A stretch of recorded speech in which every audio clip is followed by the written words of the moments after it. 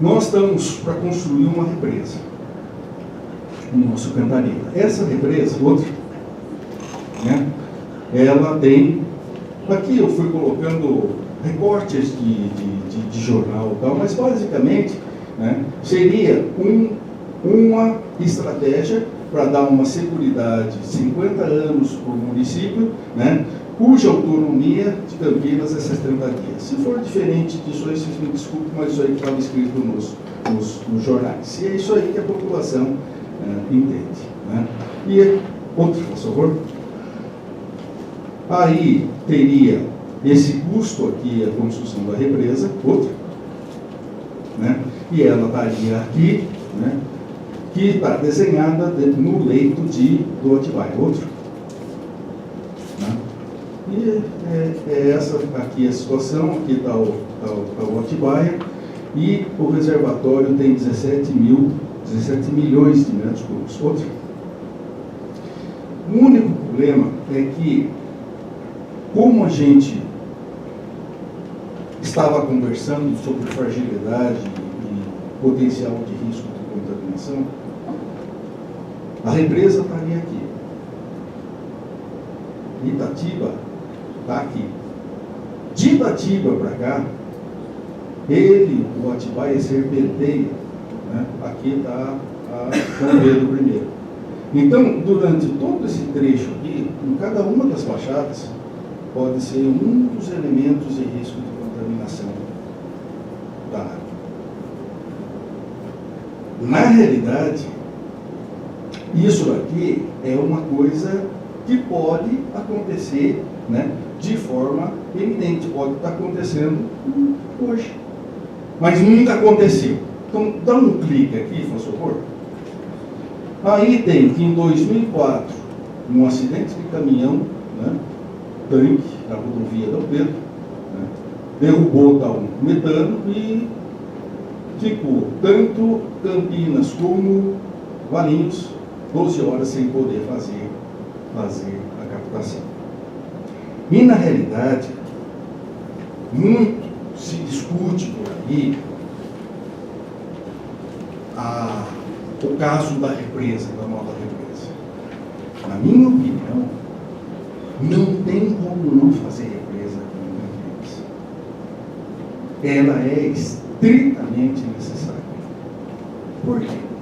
Porque a captação que se faz aqui é fio d'água. Você não tem uma represa onde você tem um armazenamento de água bruta. O que sobraria para você ter um pouco de segurança seria o que você tem de armazenamento de água tratada. Recentemente, sei lá, uns 3, 4 anos atrás, esses números podem estar defasados, mas eu só coloco como contexto para poder espelhar, coisa que pode ser que seja problema. Eu não estudei Campinas, mas pode ser que seja problema, então a gente vai aprimorar esses conceitos, essas fragilidades durante o estudo, mas basicamente o que aconteceu uns tempos atrás em termos de armazenamento de água tratada? Campinas deu um salto, ela aumentou a sua capacidade de armazenamento em 50% da água tratada que tinha. Aí, dá um clique aqui, por favor. Na realidade, que interessante. Tá? O que eu ia dizer, talvez tenha se perdido um pouquinho. Na realidade, Campinas passou de 8 horas de autonomia para 12 horas. Então, se acontecer algum acidente com carga perigosa, a montante do que é a captação, depois de 12 horas, pode ser que você não receba água mais na sua torneira. Então, nós temos uma fragilidade em termos de disponibilidade de água em abastecimento público, do mesmo jeito que tem as outras cidades por aí. Isso aí é uma recorrência, não é que só em Campinas. Mas é que até aqui a disponibilidade hídrica foi muito grande. Nós sempre tivemos a água à vontade. Foi a crise de 2013, 2014 que passou a mostrar que a gente tem alguma fragilidade que precisa tomar cuidado com isso. E esse negócio de acidente com carga perigosa que aconteceu, a Sanasa é tão eficiente que através da Adriana, dá um clique aqui agora, Carlos, só a sua voz. A Adriana é uma técnica excelente lá da Sanasa. Ela pegou, no âmbito do comitê de bacia, assim, discutiu, né, desenvolvimento de planos de contingência para o sistema de abastecimento esgoto. Fez mais do que isso. Ela pegou e disponibilizou para os outros municípios esses planos de contingenciamento e tal. Só o que acontece é que eu sei que lá em Nova Odessa não tem nenhum plano de contingenciamento. Eu sei que lá em Vinhedo, o secretário do Meio Ambiente aqui, que não me deixa mentir, não tem nenhum plano de contingenciamento. E Vinhedo, na realidade, 30% do seu abastecimento tipo moinho, ele percorre numa extensão enorme a Bandeirantes. Com todo esse problema assim, que quando você vai contar. Então, na realidade, nós estamos fragilizados nessa possibilidade que tem de contaminação dos mananciais, e nós temos que tomar uma posição em relação a isso. Antes, talvez não precisasse, porque tinha água à vontade, podia diluir, podia fazer isso, podia fazer aquilo, mas depois de 2013, 2014, recomenda que a gente seja um pouquinho mais cuidadoso. Muito bom. Outro.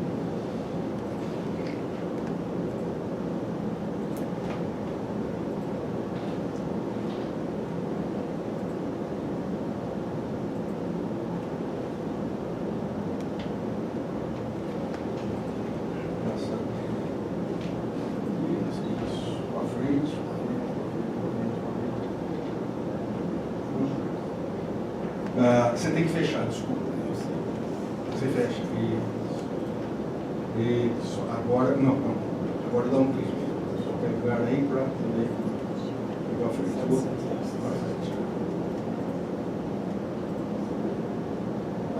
Esses aí são os exemplos. Outros.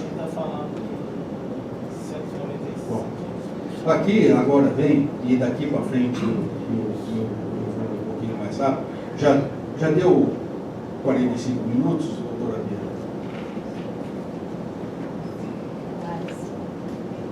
Um pouco mais? Então agora eu vou dar.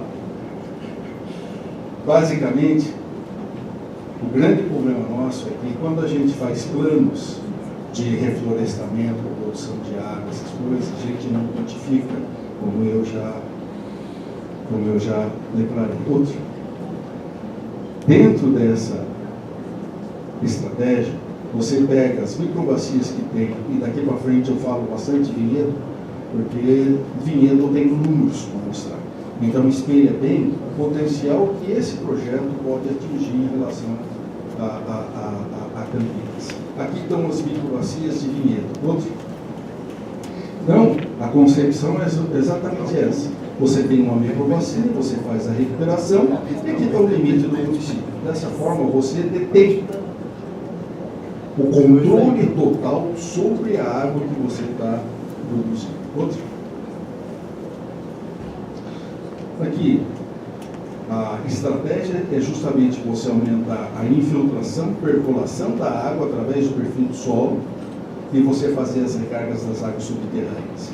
Se você pega, evita que essa água escorra na superfície, ela se infiltre e ela aumente esse depósito, você está segurando uma época de seca o fluxo, tanto na nascente como no fluxo de base que faz a continuidade da vazão de um corpo d'água. Outro.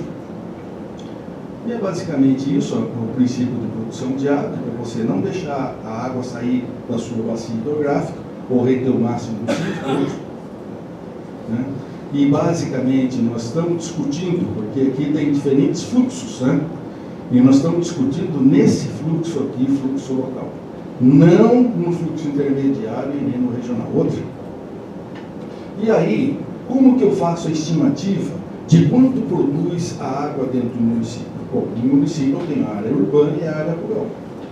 A área urbana, né, outra, por favor, na realidade, a recarga na área urbana, diferente do que a gente pensa, é maior na área urbana do que na área rural. Não, mas está impermeabilizado a área urbana. A área rural infiltra. Mas é que você tem perdas de condução da distribuição de água, que é extremamente significativa, que faz com que a taxa de recarga no meio urbano seja maior do que no meio rural. Isso aí eu aprendi fazendo esse trabalho. Outro, você tem diferentes metodologias de estimativa. Outro, aqui todas descritas. O único problema é que você precisa de um tempo, Carlos, para poder fazer um monitoramento disso aqui durante mais ou menos uns 5, 6, 7 anos, para você poder ter os resultados de quanto está chegando de recarga, né? Então, nós tivemos lá em Vinhedo que usar um artifício, né, uma estratégia para quantificar essa água que ocorre de recarga no meio urbano. Outro, né? E no meio urbano você tem a infiltração da precipitação e você tem a recarga antrópica. Outro. E não adianta você pegar os dados que já foram conseguidos, né, que já foram estudados por outros. Por quê? Porque cada área tem uma especificidade, né, diferente. Então, como é que eu posso pegar os dados desse daqui, né, se eu não sei exatamente se dá essa situação aqui na área urbana, aqui em Campinas? Então, na realidade, nós tivemos que pegar uma estratégia, outra, né? E o que nós fizemos para calcular a infiltração dentro da área urbana, né, foi utilizar, primeiro, o mapa de uso e ocupação do solo do município e também o mapa, né, do zoneamento. Então, se você tem aqui um mapa sobreposto em outro, e você sabe que determinada área, dentro do zoneamento, ela força você, pela legislação, ter 50% de área permeável, bom, então aí já começa a ter algum indício de como você pode calcular a infiltração. Então foi basicamente dentro dessa ótica, né, é que a gente calculou quanto que seria a infiltração numa área urbana. Outro.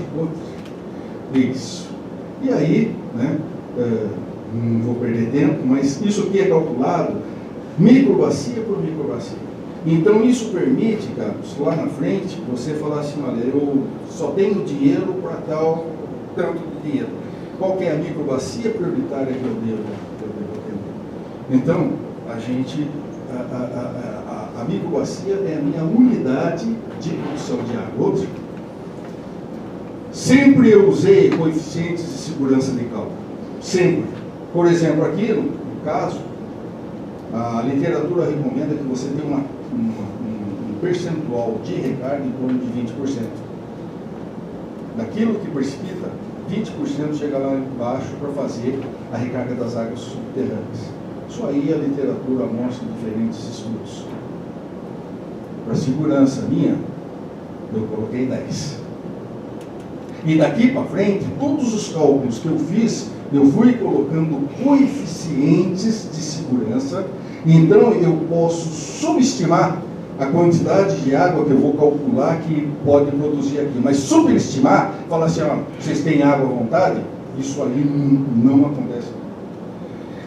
Outro, como que eu fui calcular a perda, né, que seria a recarga antrópica da área urbanizada? Na realidade, lá em Vinhedo, nós temos, afortunadamente, a setorização da distribuição de água. Então, você tem macro hidrômetros, aonde para cada setor você tem contabilizado quanto que foi ao longo do mês, ao longo do ano e tal. Bom, se você tem essas áreas marcadas aqui de setorização, você sabe quanto está chegando nessa parte amarela. E se você quantifica quanto que ela está participando de cada uma das bacias hidrográficas, você pode estimar, porque 35% se perde de água lá em Vinhedo, você pode estimar quanto que está sendo a perda de distribuição nessa microbacia hidrográfica da área urbana. E ainda assim, sob coeficientes. Outro. Aí está a contabilidade. Não vou gastar o tempo de vocês. Outro. Porque agora nós vamos chegar. Outro. Aí, outro. Muito bom. Aqui fica então o somatório da recarga antrópica e da infiltração. Eu consegui então dimensionar quanto que eu tenho de recarga na área urbana. Agora a área rural. Outro. Na área rural, aí a gente aplicou aquilo, o que você tem na área rural, infiltração da precipitação. Outro. E aí, a gente apliquei um pouquinho do que a gente aprendeu ao longo desses 50 anos, né? Onde a gente vai decompondo a precipitação. Quando a precipitação, antes de atingir o solo, ela dá uma interceptação pela cobertura vegetal. E essa interceptação, dá uma clicada aqui, faz favor, ela é quantificada, só que ela é em função do tipo de cobertura vegetal, você tem uma interceptação diferente. Clica para mim, faz favor. Aqui, outro, qualquer lugar. Aqui é uva. Então a interceptação desses elementos vegetacionais são diferentes. Então você vai quantificando em função da cobertura vegetal que tem na microbacia, você vai quantificando quanto tem de interceptação. Outro. Escorrimento superficial. Depois, aquilo que chegou no solo, parte se escorre superficialmente. Eu não vou clicar aqui, mas tem tabelas e mais tabelas que falam diferentes tipos de solo, declividade, qual é a situação do escorrimento superficial. Então você aí também deduz. Disso vai umedecer as camadas subsuperficiais do solo, aonde a planta vai fazer uma retirada de evapotranspiração. Cada planta, cada tipo de planta faz uma taxa de evapotranspiração, uma taxa de retirada. Então, para cada tipo vegetal, na bacia hidrográfica, você calcula quanto que ela está retirando. Disso daí, deduzindo todas essas intervenções, você tem a recarga das águas subterrâneas, que é basicamente o que vai sair na nascente e no fluxo de base daquela bacia hidrográfica. Aí, eu vou pular um tanto de coisa. Outra, se você tem o cálculo da bacia preservada, e se você faz o diagnóstico da sua bacia como ela está hoje degradada, você tem os cálculos em termos de percentual que está chegando em termos de recarga das águas subterrâneas. Pronto. Se isso é assim, então você pode calcular aquelas práticas conservacionistas que você vai colocar para fazer o impedimento desse escorrimento superficial. Volta só um pouquinho, Carlos. Só um. Coloca um cliquezinho aqui. Coloca um cliquezinho aqui. E são basicamente essas práticas conservacionistas que você... Essas são essenciais aqui em Campinas. Faz favor. Subsolagem. Você tem um argissolo que tem um perfil aonde embaixo forma uma camada de impedimento argilosa, é o P textural, que nós chamamos. Então, se você não pegar e não romper essa camada embaixo, você pode fazer o que você for aqui na superfície do solo, que a água não vai fazer a recarga das águas subterrâneas. Então, essa aqui é a primeira prática que deve ser colocada. Uma outra, por favor, terraceamento. Está escorrendo a água aqui, esse terraço ele vai inibir que a água continue escorrendo morro abaixo. E ela vai ficar armazenada aqui, parar de estagnar aqui, dando tempo para ela se infiltrar. Essa é uma prática fundamental aqui para Campinas. Outra. No final do terraceamento, você coloca as barraginhas, né? Aonde o excesso daquela água que ficou retida pelo terraço escorre, cai nesses buracos e lentamente ela vai infiltrando e vai fazendo a recarga das águas subterrâneas. Enfim, essas são as práticas que você tem que fazer na minha encosta. O que produz água não é o rio, não é o reflorestamento da nascente, não é o reflorestamento do corpo d'água. O que produz água é, na realidade, o que você faz na encosta em termos de recuperação, de filtração, capacidade de filtração, através dessas práticas conservacionistas. Outro. E as estradas, essa aqui é uma situação normal, né? Inclusive aqui em Campinas, nas estradas rurais, né? Onde esses sedimentos aqui vão cair lá no rio, né? Assoreando e trazendo todos os problemas. E aqui, né? As estradas recuperadas. Outros. Pastagem também a gente tem bastante, isso aqui é muito bonito de se ver, mas aqui a água corre direto e vai chegar lá no rio sem que você tenha aproveitado da água que infiltrou. Outro. Daqui para frente são práticas complementares. Se quiser interromper essa apresentação, eu já vou para o finalmente. Pode passar. Passando rapidamente. Pode passar. São todas práticas conservacionistas que você tem, né, para aumentar a capacidade de infiltração, percolação e recarga das águas subterrâneas. Pode dar um clique, vamos sair daí. Pode dar um clique. Pode ir. Pode ir. Pode ir. Pode ir. Muito bom. Aí, então, depois, são detalhes aqui, pode ir para frente. E aí eu vou ter a contabilização, tanto da água que eu produzo na água urbana, como na água, na área rural. Outro. Aí eu estou ampliando para todo mundo saber. Então, na situação aqui, aonde no meio rural, né, na atual condição degradada, ela está produzindo 10 milhões 500 toneladas por ano. Né? Outro. Se eu pegar e fizer a recuperação, outro, eu vou produzir 13 milhões de metros cúbicos por ano. Então, eu estou contabilizando quanto que aquela recuperação, microbacia por microbacia, pode produzir em termos de água. Outro. Tá. Aí, se eu quantifiquei, aí eu posso traçar diferentes cenários. Se eu pegar, por exemplo, outro, lá em Vinhedo, se continuar do jeito que está, ou seja, só com base nas outorgas que eles têm, outro, aqui estão as outorgas, outro, eu tenho condição, no verão, de produzir 32 metros cúbicos nesses 8 meses, e eu sustento uma população de 93 mil habitantes. Esse equivalente populacional, na realidade, é só um índice que eu fiz. Se eu chegasse no plano diretor e falasse, vocês vão produzir mais 32 milhões de metros cúbicos, o pessoal ia ficar olhando para mim e não ia enxergar o que isso significa. O que eu fiz?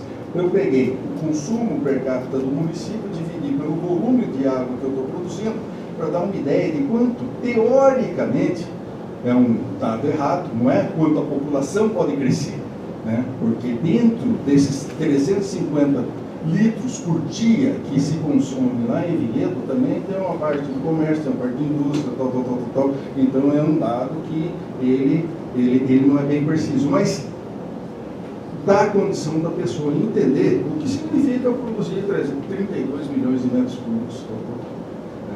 Então é basicamente isso. Ou seja, lá em Vinhedo, se eu não fizer nada, eu tenho condição, pelas outorgas que eu tenho, de sustentar 93 mil habitantes e no período seco 72 mil habitantes. Na realidade, Vinhedo tem 73 mil habitantes, então Vinhedo já está com déficit de água. Outro. Se eu pegar outro, aqui eu faço um tanto de considerações, tal, que são particularidades extremamente importantes no cálculo, mas a gente não vai ter condição de apresentar outro. Se eu pegar, só computar, na realidade, aquela água que é produzida dentro do município, Vinhedo, na realidade, ele está produzindo, sob sua autonomia, quanto que é? Tem, Carlos, 30 e... 38? 39. Para 39 mil habitantes.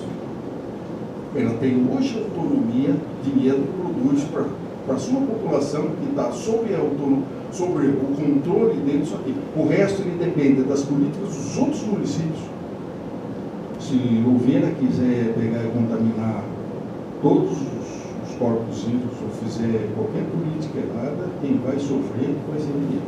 Vinhedo não detém o controle sobre a sua água. Sem computar perdas ainda do sistema.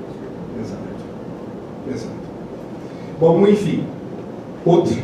Se eu fizer uma captação, aqui está considerando o valor de outorga, né? Localizando captações dos reservatórios das bacias hidrográficas. Porque se eu quero fazer a recuperação daquela água que eu estou perdendo por distribuição, eu tenho que captar. Do jeito que hoje está posicionada a captação lá de Vinhedo, eu não vou captar. Então, a forma que eu posso fazer é descentralizar minha captação, colocando no reservatório de algumas microbacias. Aí sim eu vou recuperar aquela perda que eu estava tendo de distribuição de água. Então, se eu fizer isso daí, eu posso, né, ter uma população sustentável de 104 mil habitantes no verão e 81 mil habitantes. Eu vou traçando diferentes cenários. Outro, eu vou passar rapidamente. Né? Senhor, só uma pergunta. O senhor está falando uma coisa interessante, não sei se vocês fizeram essa leitura. O investimento que uma empresa de Massanada, por exemplo, né? ela faz para poder fazer melhoria no seu sistema, diminuir perdas e tudo mais, ela tem um investimento X. O senhor está falando, pelo seu cálculo, que talvez ela consiga fazer um investimento muito mais barato e conseguir melhor recarga e produzir água, se ela também olhar por esse prisma e colocar isso no planejamento de investimento de recuperação de mananciais? Até pela logística dela, de fazer tudo isso é um complicador, uma obra grande.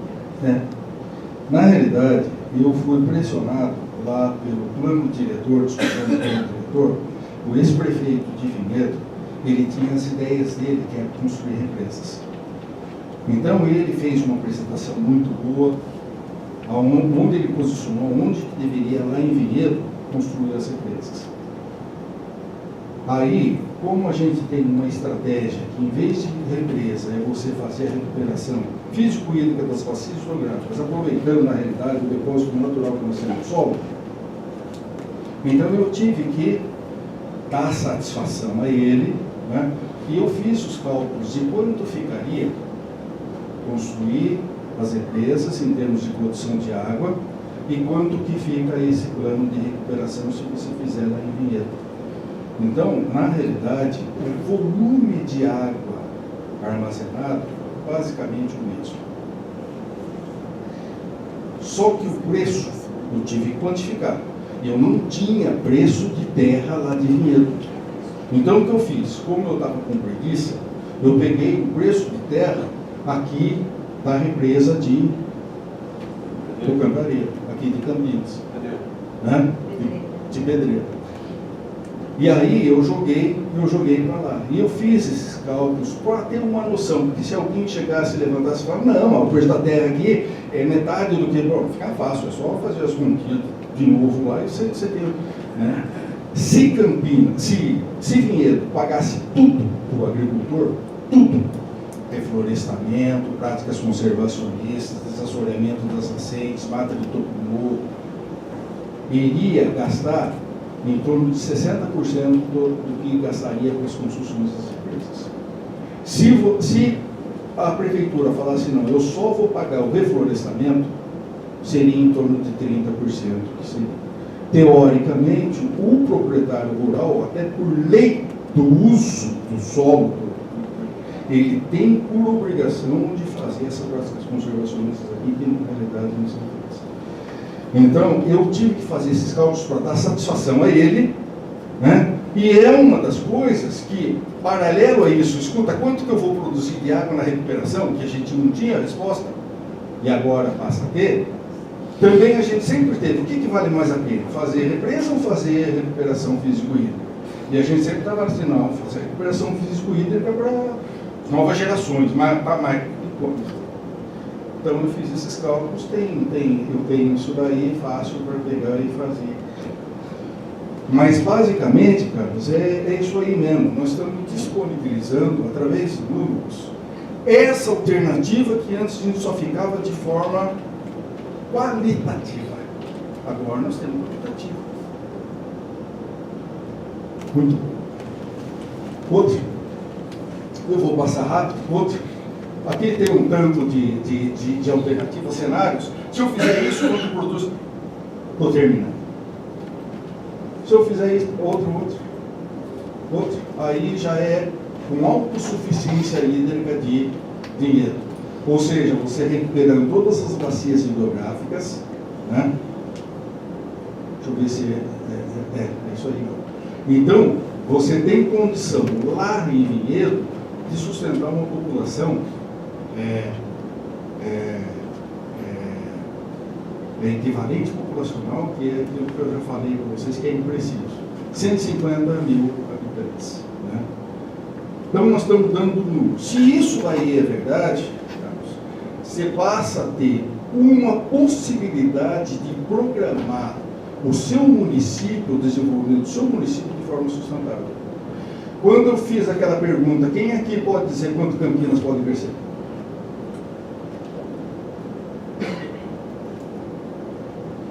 Para quem que eu vou perguntar? Eu acho que ninguém aqui consegue responder. Talvez o Tino e a Márcia, né? Porque eles debruçam em cima da coisa. Mas basicamente é assim, pessoal. Se você faz um plano diretor, planejamento de desenvolvimento de uma cidade, mas se você não tocou, como que você vai fazer um planejamento? Você começa a fazer o seu planejamento através do elemento fator limitante. Perfeito? Se a gente estivesse na Suíça, onde você não pode construir, tem umas leis todas severas, o fator limitante seria a área para você desenvolver o município. Aqui, qual que é o nosso fator limitante? A água. Então, se você não tem quantificado quanto de água efetivamente você tem, você não está fazendo planejamento nenhum. E se você não tiver quantificado quanto de água você tem efetivamente sob o seu controle, aí é pior ainda, porque você não tem um planejamento sustentável. E hoje em dia se usa sustentável para tudo, até para relacionamento amoroso. Então a gente precisa tomar cuidado. Pessoal, eu tinha um tanto mais de coisas aqui para mostrar, mas infelizmente não dá para a gente apresentar.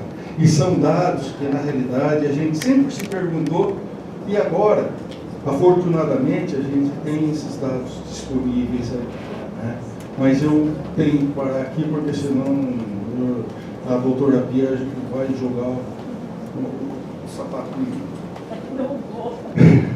Pessoal, desculpe a correria, mas era mais ou menos espelhar o que esse projeto de sustentabilidade hídrica para Campinas, ele poderia dar em termos de dados, em termos de possibilidade aqui para o município. Então, basicamente isso. Se alguém quiser depois, eu fico à disposição para detalhar cada um dos pontos, para checar os dados, fazer isso, fazer aquilo e apresentar uns dados aí que são extremamente importantes que eu não tive condição de apresentar. Muito obrigado.